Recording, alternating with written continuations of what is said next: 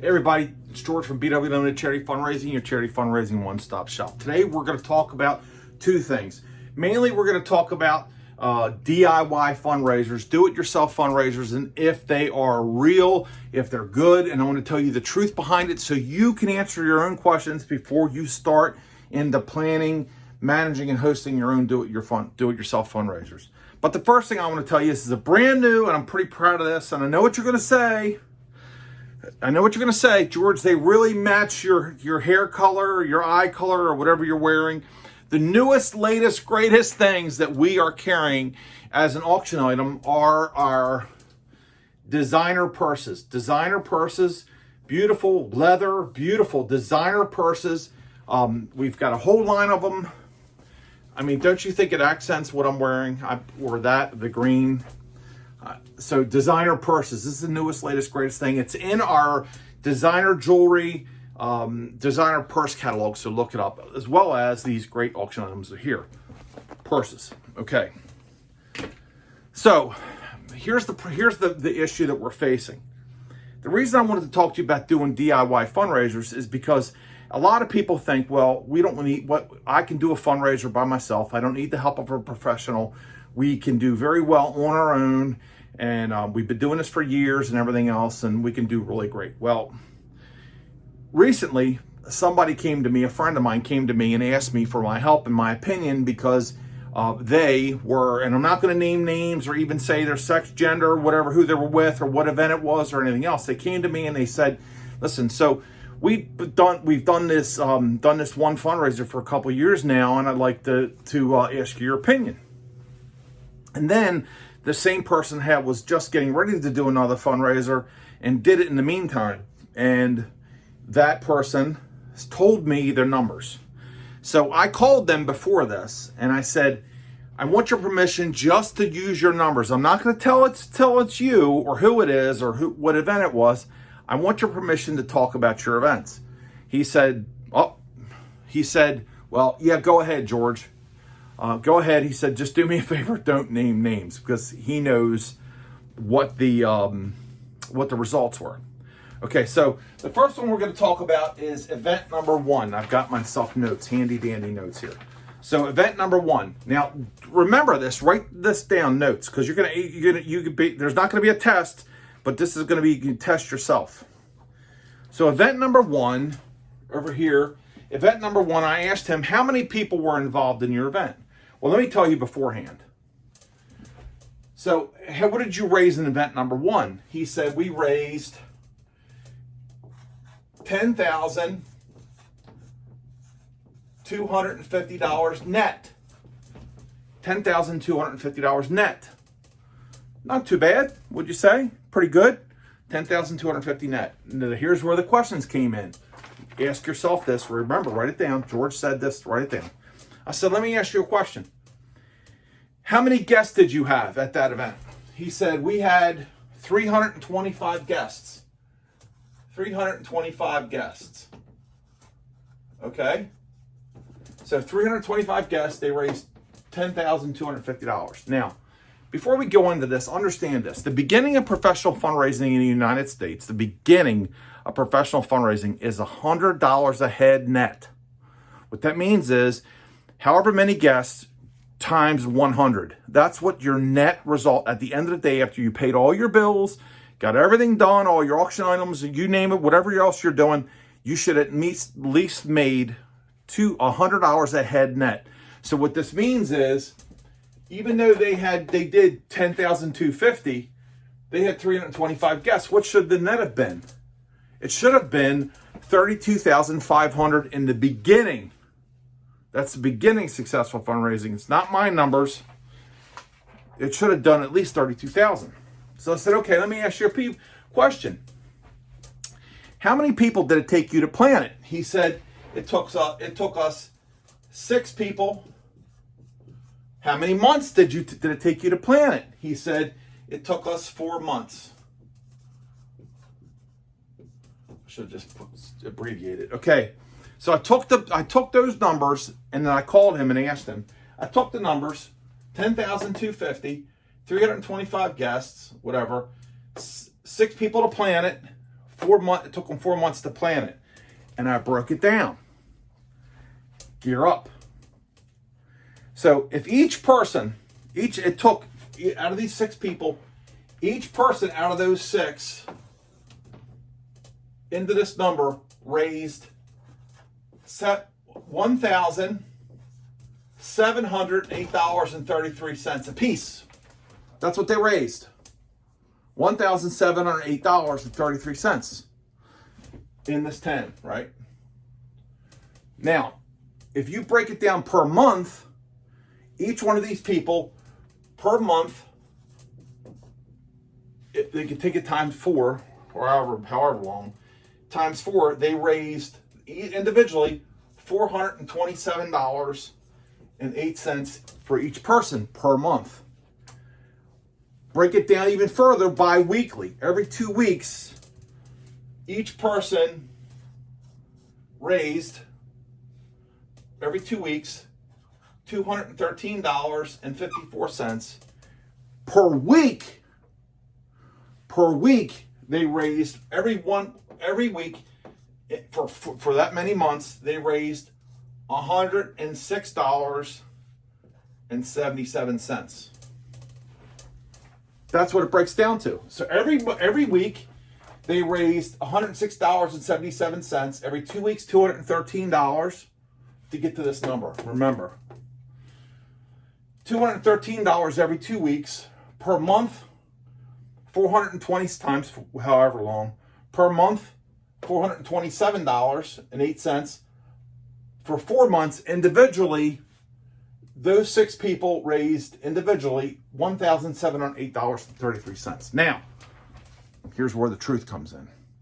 This is the hard part. Here's the hard pill to swallow. Get ready. So individually, these people worked, and they worked. They were, I think of this as if you're being paid a salary, okay? They worked individually for 4 months to make $10,000. So would you work? Would you go to work for 4 months and get paid and accept payment for $1,708.33? Because if you will, come to work for me and I'll pay you $2,500. Would you work for every 2 weeks and only get a paycheck of $213.54? Would you do it?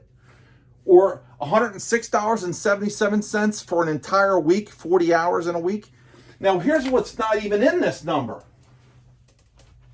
or in this number, is the cost. There's cost associated that's not reported, like gas. The gas it took for you to run back and forth, it's not reported in this net.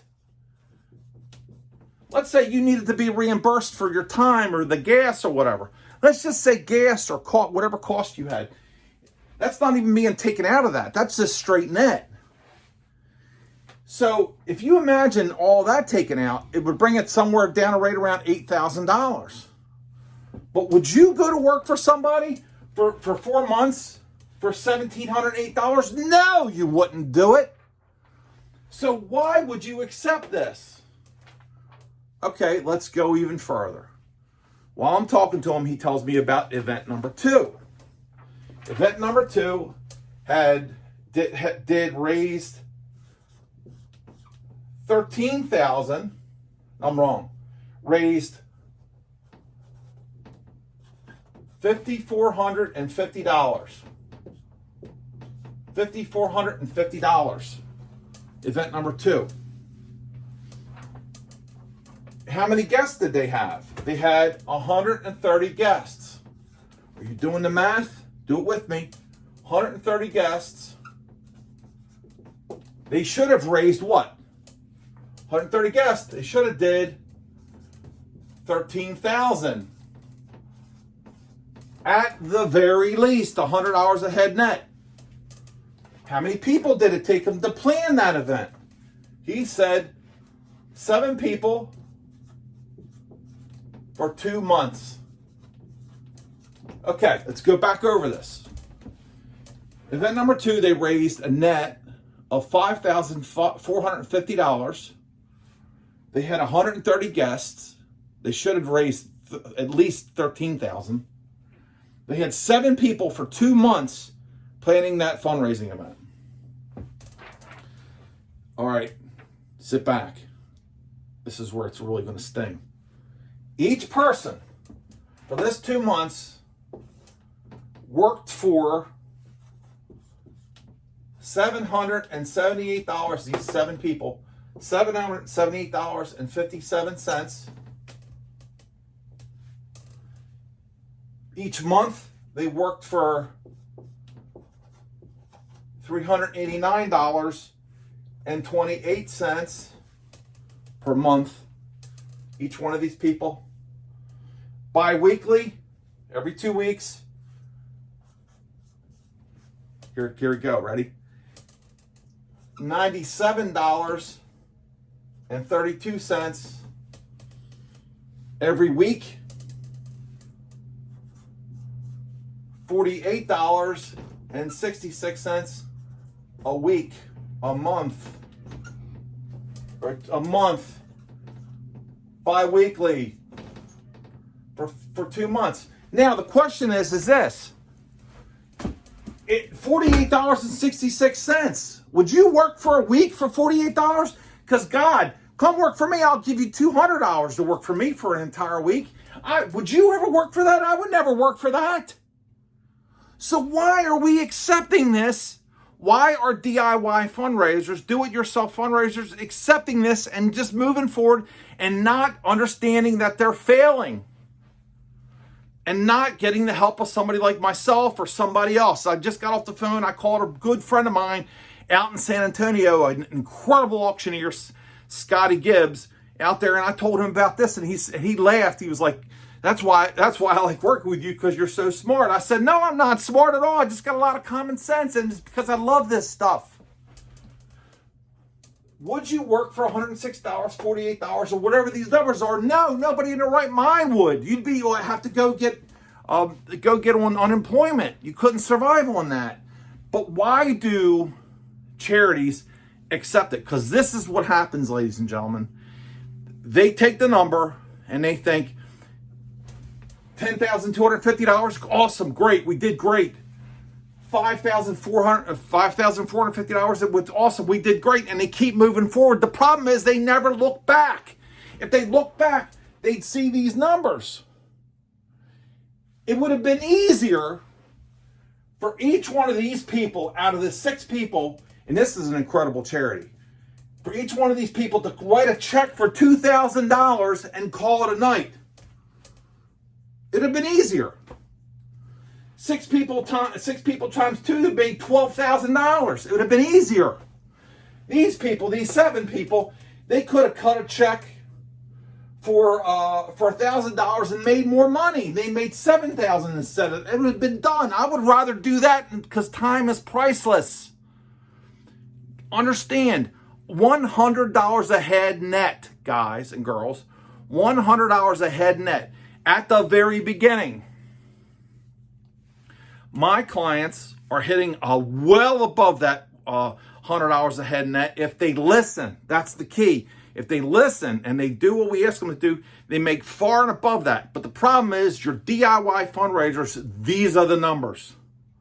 This is the reality. Look back and look at your numbers before you do it again. Hey, I'm George Wood, and I'm really here to help. If you are planning an event, you're planning a fundraiser, or whatever you're doing, and you'd like some help, or if you like some advice, we'd like our help you meet and exceed your fundraising goals and expectations, give us a shout. Our website is www.bwunlimited.com, and on to www.bwunlimited.com. Call me, 443-206-6121. We would love to help you. Thanks again, and we'll see you next time. Bye-bye.